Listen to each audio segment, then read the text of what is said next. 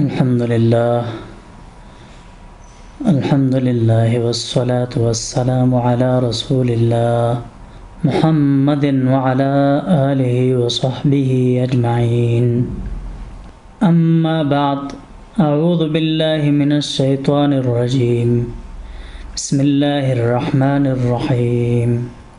وسابقوا إلى مغفرة من ربكم وجنة عرضها كعرض السماء والأرض أعدت للذين آمنوا بالله ورسله ذلك فضل الله يؤتيه من يشاء والله ذو الفضل العظيم.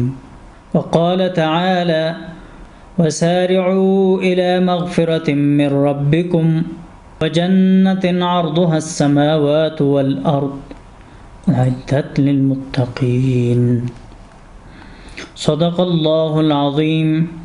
وعن أسامة بن زيد رضي الله عنه أن النبي صلى الله عليه وسلم قال: ألا هل من مشمر إلى الجنة فإن الجنة لا خطر لها هي ورب الكعبة نور يتلألأ وريحانة تهتز وقصر مشيد ونهر مطرد وثمرة نضيجة وزوجة حسناء جميلة وحلل كثيرة ومقام في أبد في دار سليمة وفاكهة وخضرة وحبرة ونعمة في محلة عالية بهية.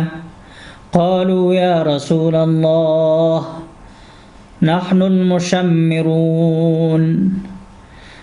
المشمرون لها.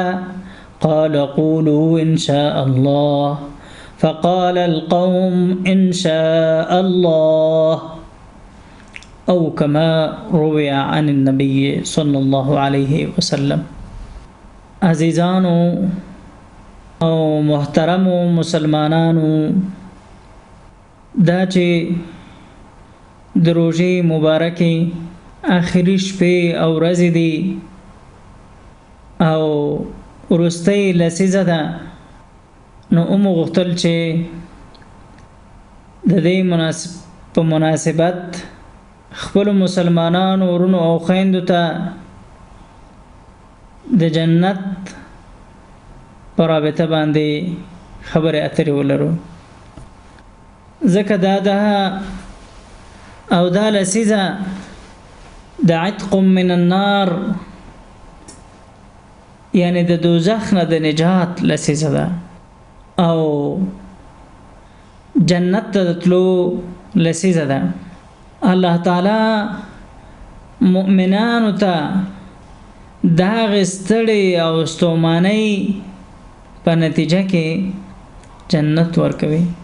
الله تعالی هم وایي چې سارعوا إلى مغفرة من ربكم وجنة عرضها كعرض السماء. بل ذلك الله فرمائي: فلا تعلم نفس ما أخفي لهم من قرة أعين جزاء بما كانوا يعملون. یو شخص او انسان په دې نه پوهېږي چې الله ورته څومره د خوشحالۍ پټ شیان ساتلی، چې په هغې سره به د ده سترګې یخې شي، د ده زړه به خوشحاله شي. فلا تعلم نفس. په یو حدیث قدسي کې الله فرمایي چې جنت د صالحو او نیکو بندگانو لپاره ما تیار کړی. اعددت لعبادي الصالحين، ما د خپلو بندگانو لپاره تیار کړی. ما لا عین رأت، داسې یو نعمت او داسې یو محل مې ورته تیار کړی چې سترګو نه دی لیدلی، غوږونو نه دی اورېدلی، ولا خطر على قلب بشر. الله هم د نیکو اعمالو په سر ته رسولو سره د جنت وعده کړی. او انسان او مسلمان دې ته هڅوي چې د جنت طرف ته ځغاسته وکړي او د الله نه جنت وغواړئ د نیکو عملونو په بدله کې. سارعوا الى مغفرة من ربكم وجنة عرضها كعرض السماء والارض. ځغاسته وکئ د الله بخنه ته، د خپل پروردګار بخنه ته، او هغه جنت ته چې د هغه پلنوالی د اسمانونو د ځمکې عمره دی. اعدت للذین آمنوا بالله ورسله. دا جنت د هغه چا دپاره تیار شوی دی چې ایمان یې راوړی په الله او په رسول باندې، او دا په زور طاقت وسیله او واسطه په پیسو په بدل کې نه کېږي. ذالک فضل الله. دا د الله مهرباني او فضل دی. یؤتیه من یشاء. ورکوي چاته چې وغواړي. والله ذو الفضل العظیم. او الله د ډیر لوی او عظیم مهرباني او فضیلت او فضل خاوند دی. الله بار بار دا وایي چې ما جنت د متقینو د پاره تیار کړی، د پرهیزګارانو د پاره مې تیار کړی.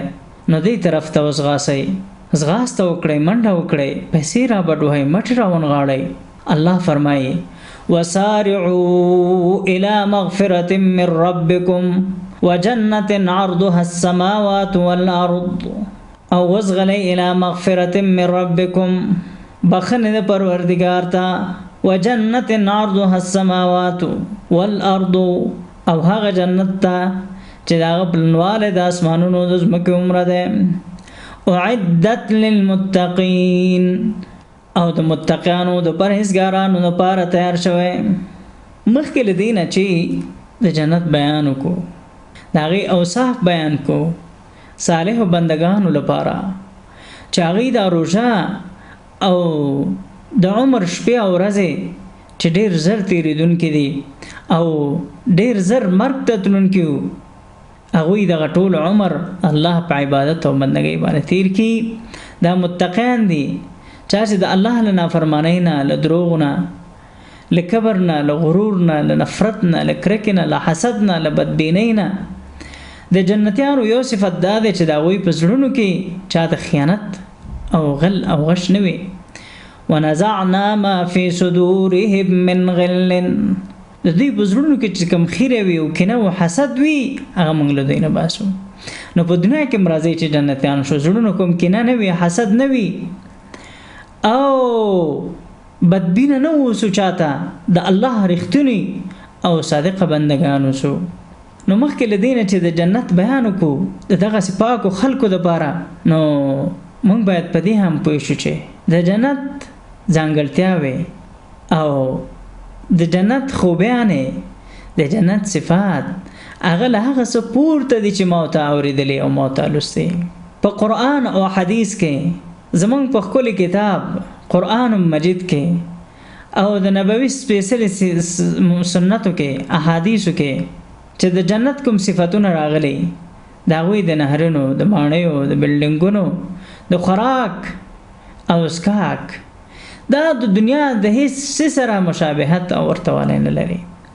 کوي نو یوازې په نوم او اسم کې به وي. په حقیقت کې د دنیا هیڅ شی او یا د جنت هیڅ شی د دنیا سره برابر نه دی. راځئ چې د جنت صفاتو ته لاړ شو. د رسول الله صلی الله علیه وسلم نه پوښتنه وشوه.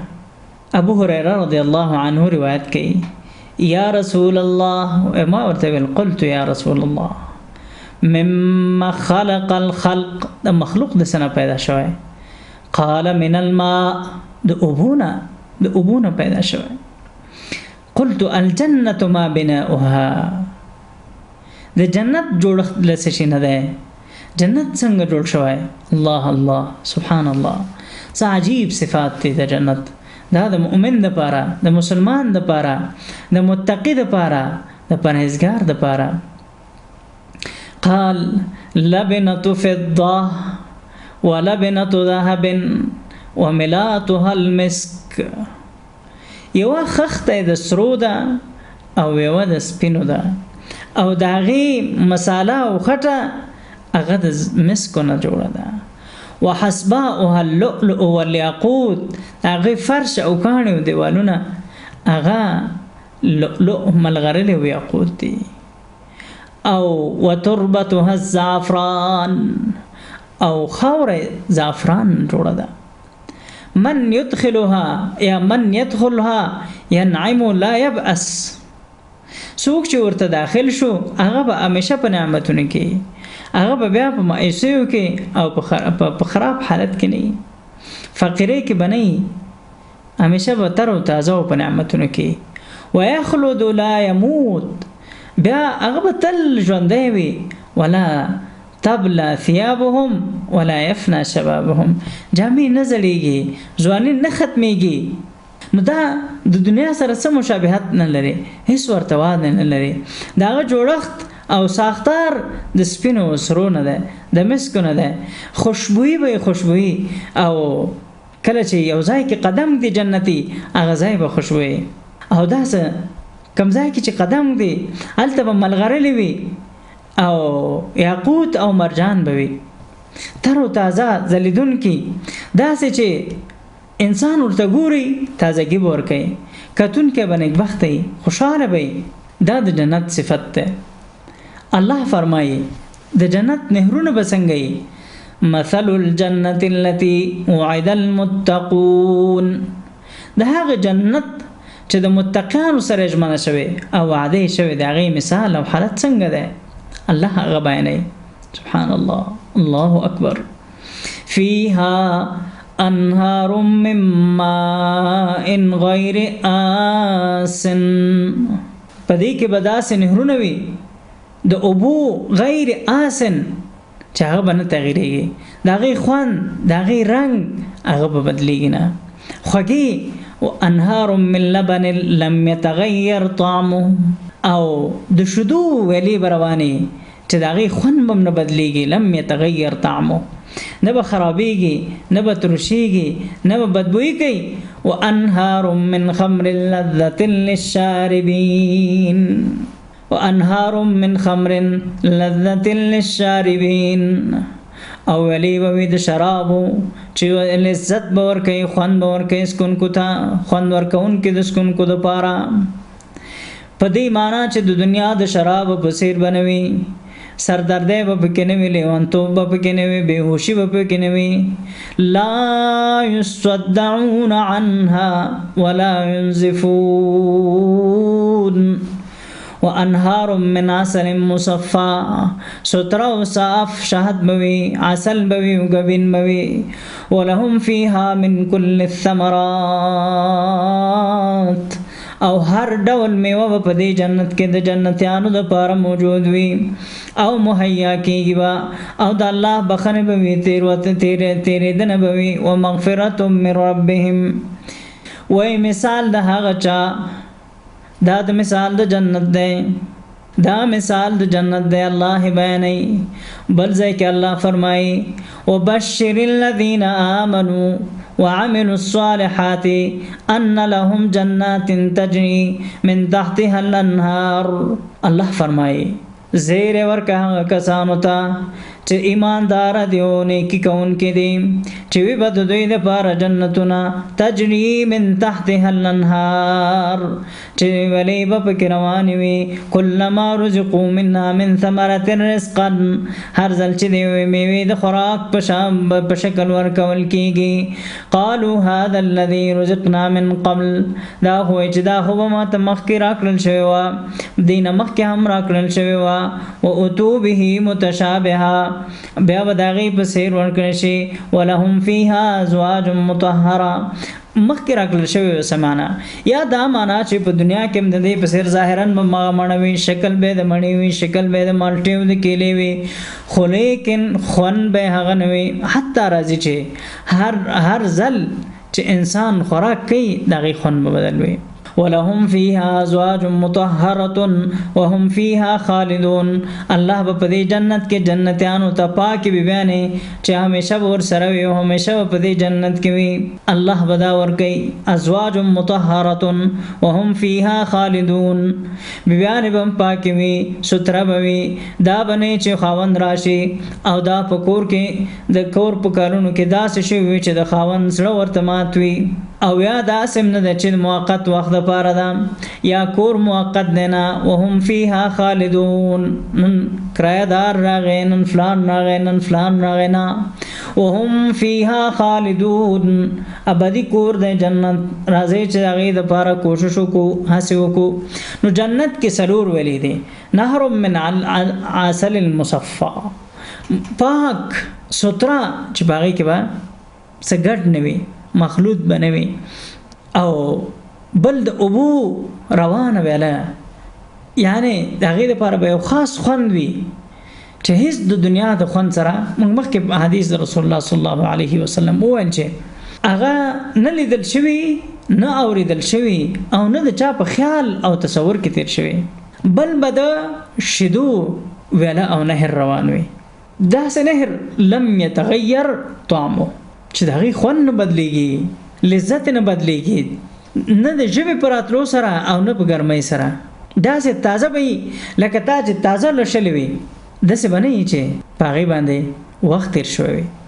بل د شرابو نهر او وینا هغه هم داسې وي چې د دنیا د شرابو په څیر به نه وي چې تا بېهوشه کې او سردرد دي کې او بیا د ځان نم خبر نه او بې عزت او بې ابرو دي کې نه تانا عقل لاړ شي لیونی شي لا يصدعون عنها ولا ينزفون. التبه باغی کې بهوشي نه وي ای کې به لذت وي ای کې به خوند وي او هغه به ته سکي. د جنت ماڼۍ او کورونه الله تعالی فرمایي لكن الذين اتقوا ربهم هغه کسان چې د الله نه ویره اختیار کړه ګناهونو نه ځان وساته د شرک نه کفر نه د نورو ګناهونو نه د حرامو نه د الله د حدودو نه د الله د نواهیو نه ځان وساته د دروغ نه ځان وساته د حرامو نه ځان وساته د کبر او د غرور نه ځان وساته د حسد او د کینې نه ځان وساته بالآخره د ټولو ګناهونو نه د شراب او د کباب نه ځان وساته د زنا نه ځان وساته کاغه زنا د سترګو دا که زنا د غوږونو دا که زنا د ژبې دا که زنا د لاس دا.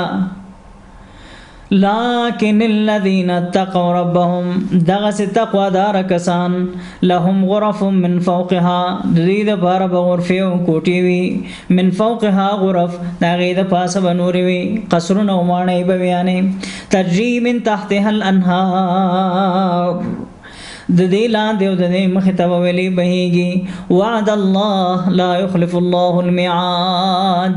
دا د الله ژمنه ده د الله وعده ده او الله د خپل وعدې خلاف نه کوي د خپل ژمنې خلاف نه کوي. ماڼۍ به وي قرآن هم دا وایي حدیث هم دا وایي چې اے متقیانو دغسې جنت دپاره کوشش وکړئ هڅې وکړئ. رسول الله صلی الله علیه وسلم فرمایي فی الجنت خیمة من لؤلؤة مجوفة یو ملغره لبی لؤلؤ د دې ملغره المجوفه منځ به خالی وي خیمه به وي یعنی د ملغره له خیمه به وي عرضها 60 میلا. الله ته ګرانه ده چې د هغې پلنوالی به 60 میله وي 60 میله دا به د جنتیانو خیمه وي. لا يسمعون فيها لغوا ولا تاثيما پدې کې به بهوده خبرې او ناروا خبرې نه اوري الا قيلا سلاما سلاما هغه کې به د سلام خبرې د سول او د امان خبرې وي د آرام او د هوسا خبرې د ډاډ او د سکون خبرې هر یو جنتی وملتا سلام سلام وایي الا قيلا سلاما سلاما یعنی د آرام او د سکون خبرې به د ډاډ او د آرامۍ خبره به لا يسمعون فيها لغوا ولا تأثيما. د جنت لوخي او فرشونه الله د دنیا سره هیڅ د مقایسې وړ نه دي متكئين على فرش بطائنها من استبرق وجنى الجنتين دان. الله أكبر. متكئين على فرش، په داسې فرشونو باندې به تکیه وهي بطائنها من استبرق، چې د هغې منځ او باطن به د استبرق د ورېښمو وي، د وړۍ به وي. کله چې باطن د وړیو دی نو مخ به د څه شي وي؟ باطن.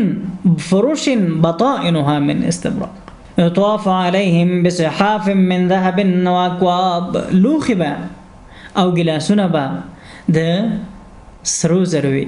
ويطوف عليهم ولدان مخلدون. ولدان خدمان د جنت هغه به دومره ښایسته وي. اذا رأيتهم حسبتهم لؤلؤا منثورا. ته چې ګورې لکه پاشل شوي ملغرلې چې وي. امام طبري وایي ويطاف على هؤلاء الأبرار بآنية من أواني التي يشربون فيها شرابهم. دغه نیکانو ته چې کوم لوښي راوړل کېږي چې دوی پکې څکل کوي، یعنې ګلاسونه، هي من فضة، دا به د سپینو زرو وي. یعنې شیشې به د شیشې په شکل او د شیشې سره به ورته والی لري. كانت قوارير فجعلها فضة وهي في سواء القوارير فلها بياض الفضة وصفاء الزجاج. سپینواله به د سپینو زرو په شان وي او صفائی به د شیشې په شان وي. دا د جنت نعمتونه دي. او خوراک او اسکاک، الله فرمایي وفاکهة مما يتخيرون. د دوی چې کوم د خوښې میوې هغه به ورته ویل کېږي. ولحم طیر مما یشتهون. تازه او د مرغانو غوښې. وفاکهة کثیره لا مقطوعة ولا ممنوعه. فریمانې به وي د میوو او زیاتې به وي میوې، هر ډول میوې چې نه به ختمیږي او نه به ترې نه منع کېږي. رسول الله صلی الله علیه وسلم فرمایي جنت د میوو باغونه به ډیر اوږده وي. ان فی الجنة شجرة يسير الراكب في ظلها 100 عام لا يقطعها. داسې ونه به وي د هغې سوری او ونه به دومره وي چې یو تیز رفتاره سورلۍ کوونکی به په هغې کې روان وي، د هغې سوری به نه ختمېږي 100 کاله.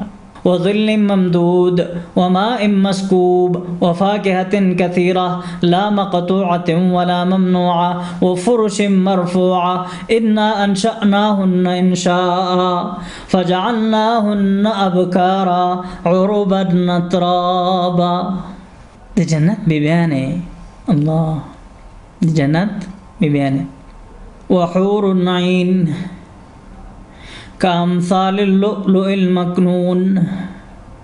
او حوري د جنت عين د غټو سترګو خاوندانه، حور عين چې ورته وایي د ښایسته سترګو خاوندانه.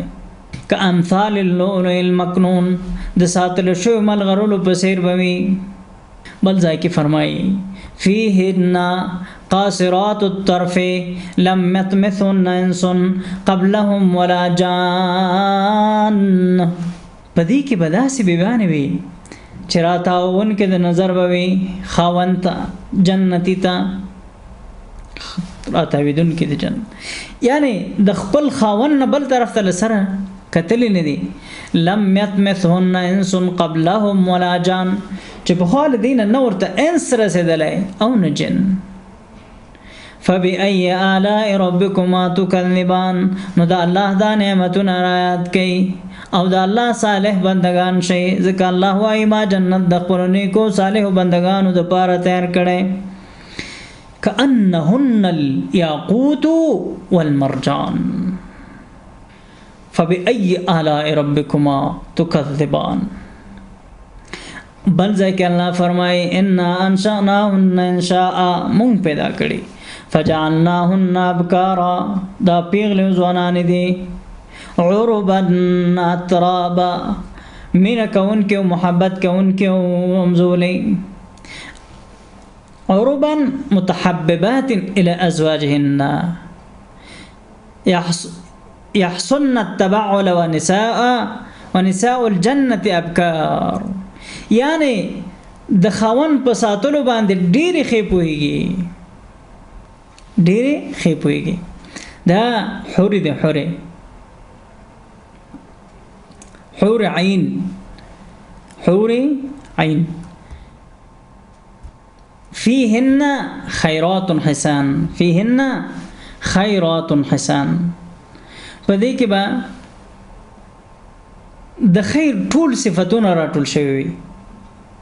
خیرات جمع د خیرتون ده او اصل خیره ده، او د دې معنا دا ده چې هغه ټول د محاسنو مجموعه په ظاهر او باطن کې ښایسته،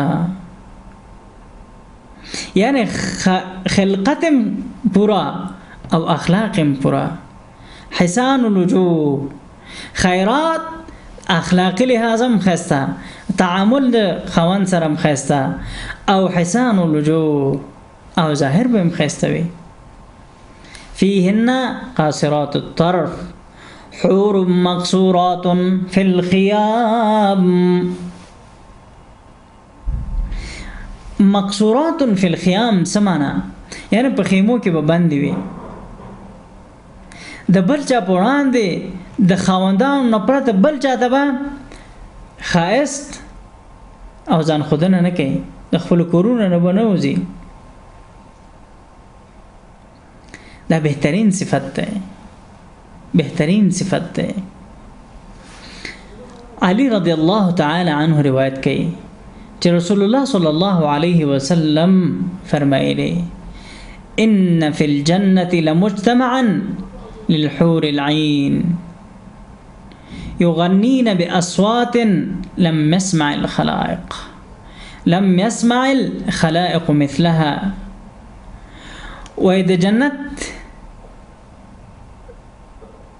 د حورو یوه ډله ده چې حور عین ورته وایي.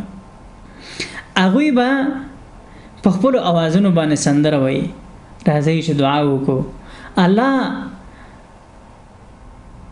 مونږ ته د هغه سندرو اورېدل را په برخه که.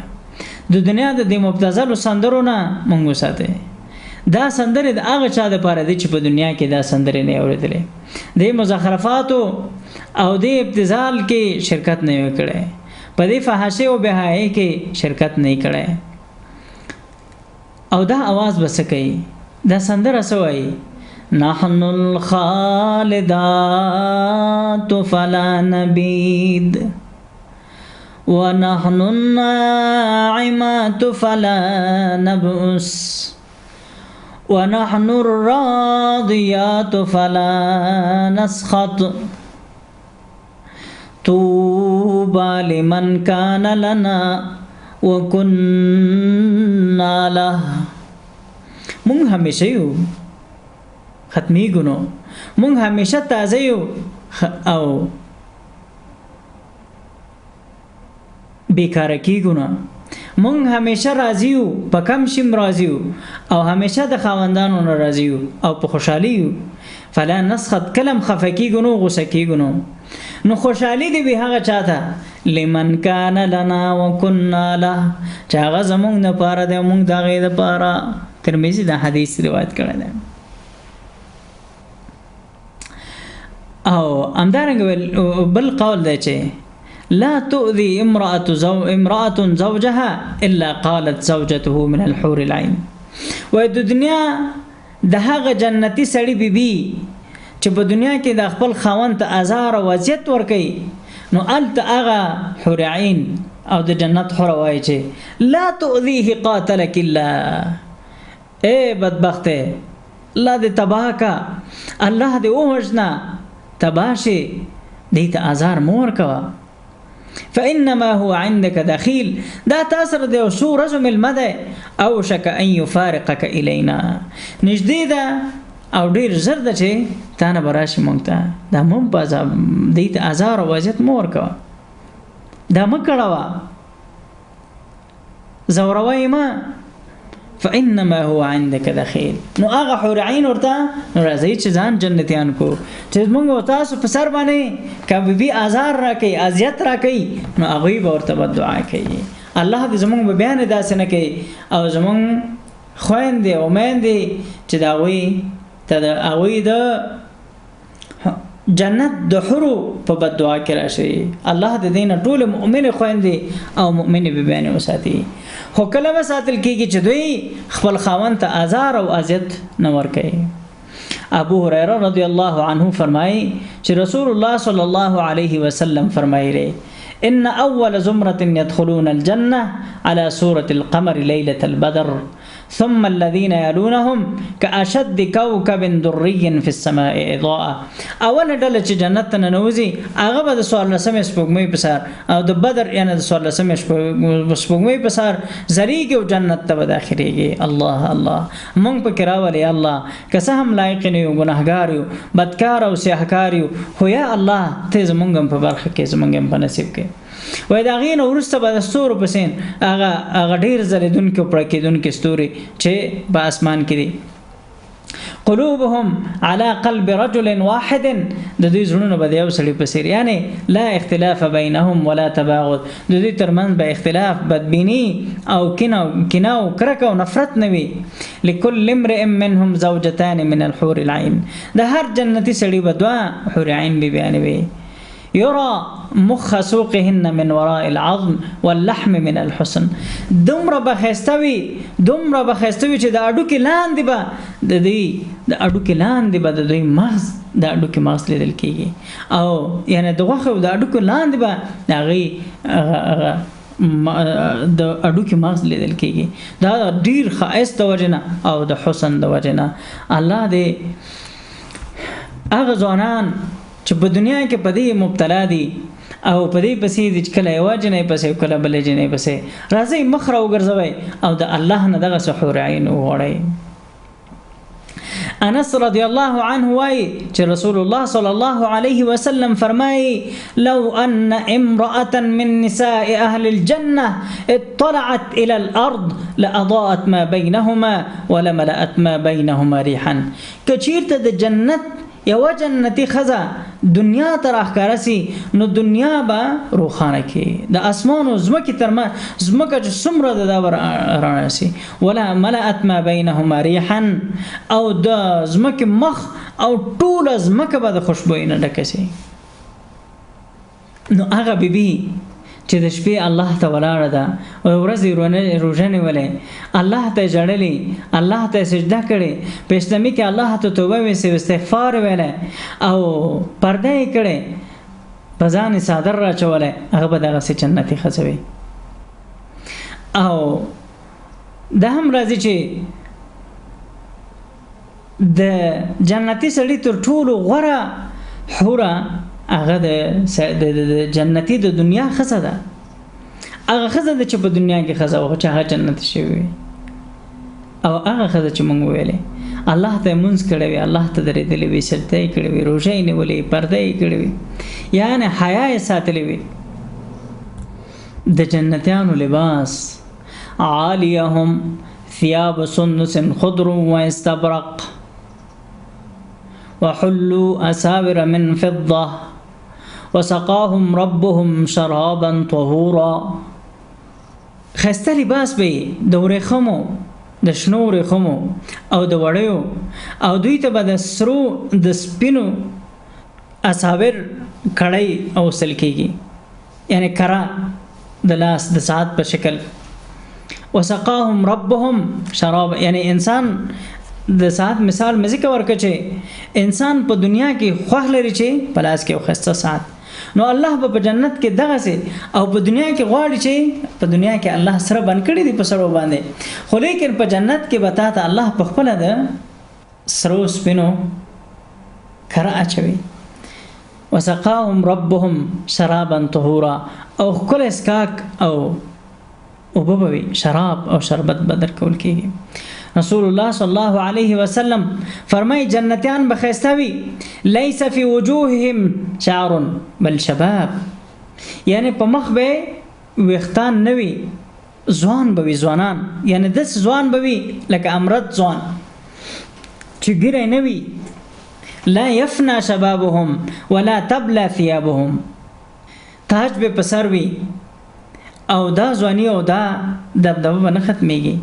وان لؤلؤة من داسې تاج به وي، وان لؤلؤة منها لا تضيء ما بين المشرق والمغرب، چې که د هغې یوه ملغلره دنیا کې به د مشرق او د مغرب ترمنځ، یعنې دنیا به ټوله رڼا کولی شي.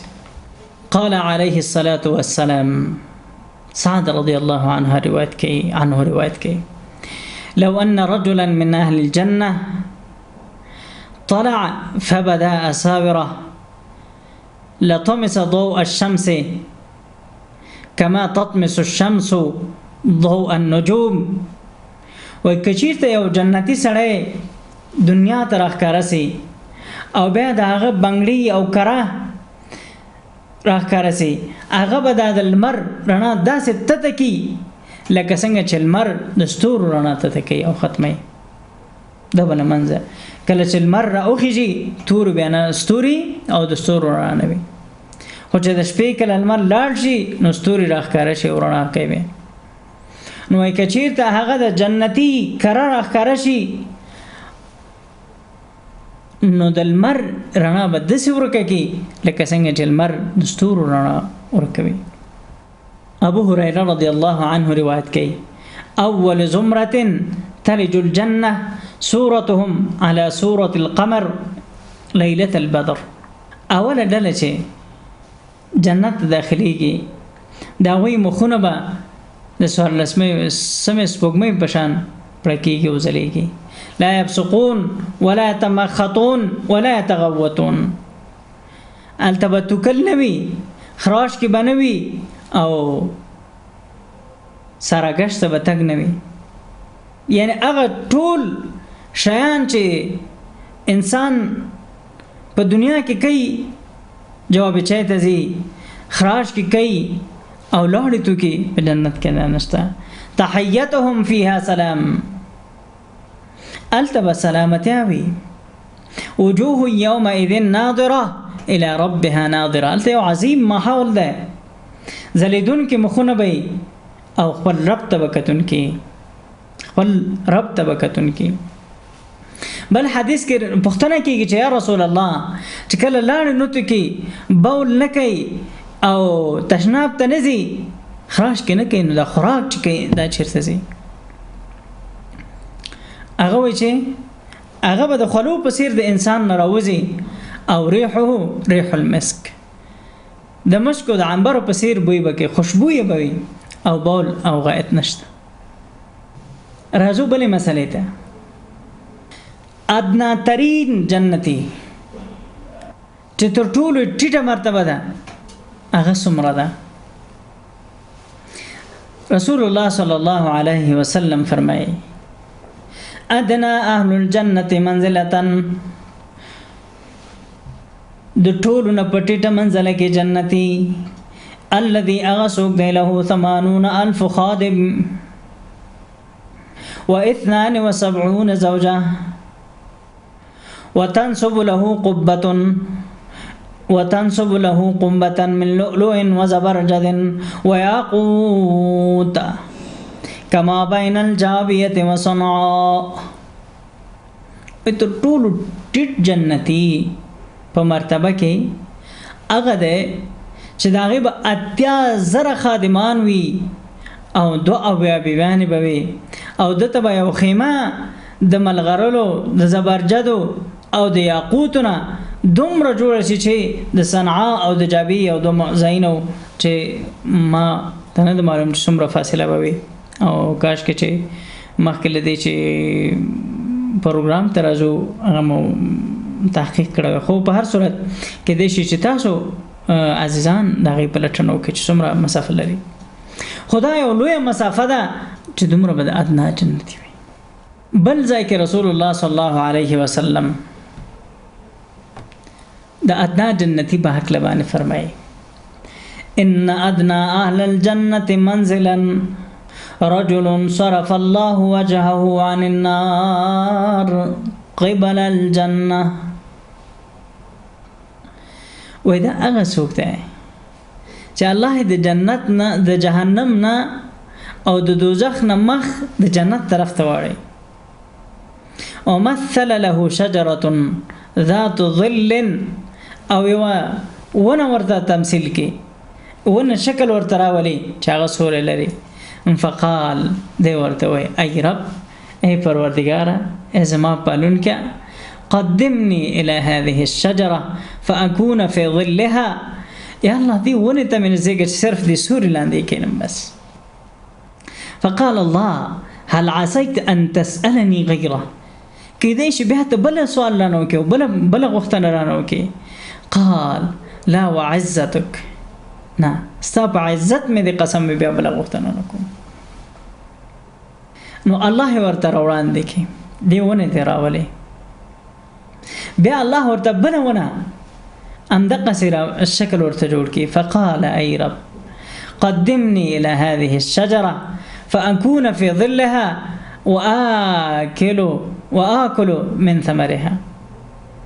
یعنی اغي اواز سوره خودی ونه کې به میوامي. یا الله دا ته سخت نه ده ته رب ته زمون پروردگار چې دلته درا وسم خدغه د میوي غونو ته مې بوزه یا الله. فقال الله هل عسيت ان اعطيتك ذلك ان تسالني غيره. كذا دركم بيبرنا بلا غختنك. فيقول لا وعزتك فيقدمه الله اليها. نا يا الله قسم ده بیا بل غختنه ستا بعزت سوګان بیا بل غختنه نکوم. الله بدیونه تراولي. فيمثل الله له شجرة أخرى فيمثل الله له شجرة أخرى ذات ظل وثمر وما. بنونه به الله ورته جوړ کی چې الته به وبموي مي وبموي او سورې بموي وب اضافه شدلته. فيقول اي رب اي پروردگار قدمني إلى هذه الشجرة فأكون في ظلها وآكل من ثمرها وأشرب من مائها. أي الله زاريك الله تبع چې خير ده دغه ونته لږ به مسکم او میوه مخرم. فيقول له الله ورته وایي چې هل عسيت إن فعلت أن تسألني غيره. كذاك ركم بيبرنا بلا خختنك أي بنده. فقول لا وعزتك لا أسألك غيره. بل لنا نوارم. فيقدمه الله إليها فيبرز له باب الجنة أو فيبرز له باب الجنة. الجنة دروازة برضه كلا شوية. الله أكبر سبحان الله. اللهم رجزكي ورور جنة. فيقول أي رب قدمني إلى باب الجنة فأكون تحت سجاف الجنة فأرى أهلها. إيه الله إيه الله يو بلغ اختنا لرم دي جنة دروازي تمنش ديكا دي جنة دروازي لاند بي دي جنتيانو ديدن خبكم كجنة تنظم الله بي دروازي تنانش ديك فيرى الجنة وما فيها فيرى الجنة وما فيها جنة أو جنة نعمتنا بأقوري. فيقول أي رب أدخل الجنة أي رب ما جنتنا نباسا. فيدخل الجنة فإذا دخل الجنة هذا لي نكلت جنة وننوزي نبا دهز ماذا باردي. فيقول الله له الله بورتوي تمنى فيتمنى وغړه سهيل لري سار زولري الله بورته يدي ويذكره الله عز وجل. سمهربان ذات ده ده الله مهرباني ده الله کرم ده الله فضل ده الله لطافت او عطوفت او زمون نافرمانی او زمون بغاوت. الله اکبر ده نصر چوری. ويذكره الله عز وجل سل من كذا وكذا داور داور داور. کله چې د ټول غوښتنې پوره شي نور سره ګرځي نه پزړه کې ارزو او هله پات نشي. الله ورته وی قال الله هو لك وعشرة امثاله ثم يدخله الله الجنة. باب الله جنة داخل کی. فيدخل عليه زوجتاه من الحور العين. د دې د برخې کومه دوا بیان چې دي هغه به ورته راشي فیقولان او غیب بیا الله ثنا او حمد وای الحمد لله الذي احياك لنا واحيانا لك شکر دی خدای شکر دی د الله شکر دی چې ته مونږ ته راکړو مونږ ته راښندې کړو ته راکړو دا د ادنا جنتی برخه ده بل روایت کې راځي رسول الله صلی الله علیه وسلم سأل ربه چې موسی علیه السلام وایي خپل پروردګار نه پوښتنه وکړه سوال وکړه ما أدنى أهل الجنة منزلة قال رجل يجيء بعدما أدخل أهل الجنة الجنة ويسري براشي يعني كده چې همدغه واقعي خو موسی عليه السلام ته الله بارک فرمای چې جنتیان به جنت ته تللی وي فيقال له ادخل الجنة جنت ته ننوځه ادخل الجنة جنة ننوزا فيقول رب كيف وقد نزل الناس منازلهم وأخذوا أخذاتهم فيقال له أترضى أن يكون لك مثل ملك من ملوك الدنيا فيقول رضيت رب أي ربا أي پروردگارا يا پروردگارا څنګه ننوزم کوم سيتلاشم خلق خپل برخه خپل زاینو د تلل دي الله ورته وایي چې په دې خوشاله چې د دنیا د یو بادشاہ په څیر یو بادشاہي ته درکړل شي نو دا بادشاہي به کومه بادشاہي وای اور فیقول له لك ذلك دا ستاسو لپاره شو نور مې درکړه لك ذلك ومثله ومثله ومثله ومثله يعني پنځه برابر فقال في الخامسة رضيت رب الله رازيم بس خوشاله امتداد راك فيقول هذا لك وعشرة أمثاله دامستا أو ددي لستنلو ولك ما اشتهت نفسك ولذت عينك فيقول رضيت ربي أو سچ غواړي أو بسچ استاس ترګي خوشالي فيقول رضيت ربي قال رب فأعلاهم منزلة لا يا الله دا خود ټول لوړه منزله او مرتبه شه قال اولئك الذين اردت الله وایي چې دا زما غوښتنه دا زغواړم غرست کرامتهم بيدي د دوی عزت او کرامت ما په خپل لاس تعین کړه او ختمت عليها ومهر من لګولای فلم تر عين ولم تسمع اذن ولم يخطر على قلب بشر بیا الله وی فلا تعلم نفس ما اخفي لهم من قرة اعين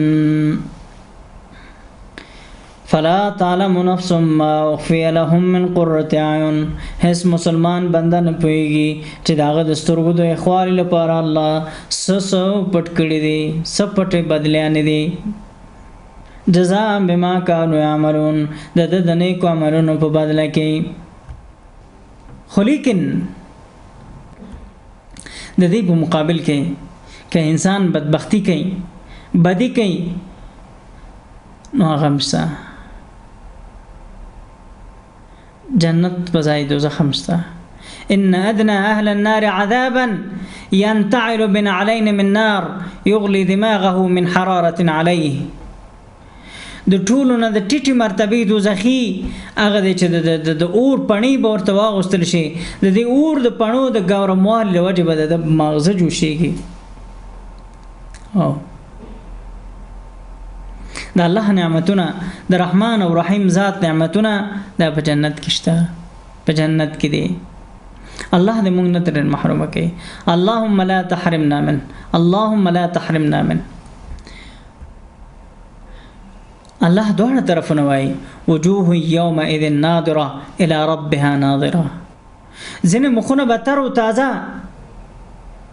سپین روخانه یوم تبيض وجوه وتسود وجوه زنه مخونه به سپین او زنه تور وي زنه سپین او پړکیدون کې ناظره تر او تازه الى ربها ناظره خو لیکن هغه چا چې د الله خبره نه ده منلې او د الله د خبرو خلاف کړی. کلا انهم عن ربهم یومئذ لمحجوبون. د دوی پروردگار په دوی نه په پرده کې دوی باندې جنت لیدلی سي د جنت نعمتونه او نه د الله دیدار. رسول الله صلی الله علیه وسلم نه صہیب رومی رضی الله عنه روایت کوي اذا دخل اهل الجنه الجنه کله چې جنتیان جنت ته داخل سي یقول تبارک وتعالى الله تعالی به فرمایي تريدون شيئا ازيدكم سزاد دین واړی فيقولون الم تبيض وجوهنا الم تدخل الجنه وتنجنا من النار. اے الله تاز مونږ مخونه روخانه نکړه مونږ د سپین روب نکړو شرمنده دي نکړو یعنی عزت ترا کړ جنت ته داخل نکړو ای ربا د دوزخ نه دی ونس غرولو. قال فيكشف الحجاب نو پرده بلری سي او د الله دیدار بنصیب سي. الله ته مونږ هم نصیب کړي د ټولو مسلمانانو میندو خويندو ورونو د ټولو بنصیب کړي. فما أوتوا شيئا أحب إليهم من النظر إلى ربهم تبارك وتعالى. بیا د آیات بل روایت کې راځي چې د پسې د آیات ورست للذین احسنوا الحسنى وزیاده. الحسنى جنت وزیاده الله دیدار. اللهم إنا نسألك لذة النظر إلى وجهك الكريم. اللهم إنا نسألك لذة النظر إلى وجهك الكريم. يا الله مونږ ته ستاسو د دیدار او ستاسو د لذت را په برخه کې یا الله ته مونږ محروم ایتنه. دا د جنت بیان دی که څه هم ډیر کم او د جنت پر رابطه باندې ډیری احادیث ته آیاتونه دي چې د ډیر وخت غواړي خورونو موږ په مختصرو الفاظو او په مختصر او لنډ شکل باندې د الله د جنت بیان وکړو. د جنتیانو صفاتونه د جنت صفت د جنت لباس او د جنت دونو صفاتونه او د یو ادنا جنتی مقام هغه مونږ بیان کړ. نو دا د جنتیانو حالت دا ټول مونږ بیان کړ د دې لپاره چې دغه یو جنت چې هلته د یو ځای او مقام چې هلته ستړی نشته ستوماني نشته سردردي نشته بدبینی او تربګنی نشته عداوتونه او دشمنی نشته غلط سیاستونه نشته او دیو الله واکمنی ده او خایسته او لذتونه دي خوندونه دي. راځي دغه جنت لپاره د اخري عشره او اخري ده او لسیزه ده دا د جنت ته د تلو لسیزه ده د جهنم نه د ژغورېدو د جهنم د اور نه د ژغورېدو لسیزه ده. راځي چې دې طرف ته وڅولو او دې طرف ته منډه کو. الله تعالی دې موږ او تاسو د هغه عملونو کولو توفیق راکړي چې الله په خوشاليږي او د هغې په نتیجه کې جنت ورکړي. زمونږ بیان په همدې ځای پای ته ورسید. تاسو ټولو ته د الله جنت په برخه کې او موږ ته هم دعاګانې کوي چې الله موږ جنت ته بوځي او الله موږ ناراضي شي او خوشاله شي. واخر دعوانا ان الحمد لله رب العالمين.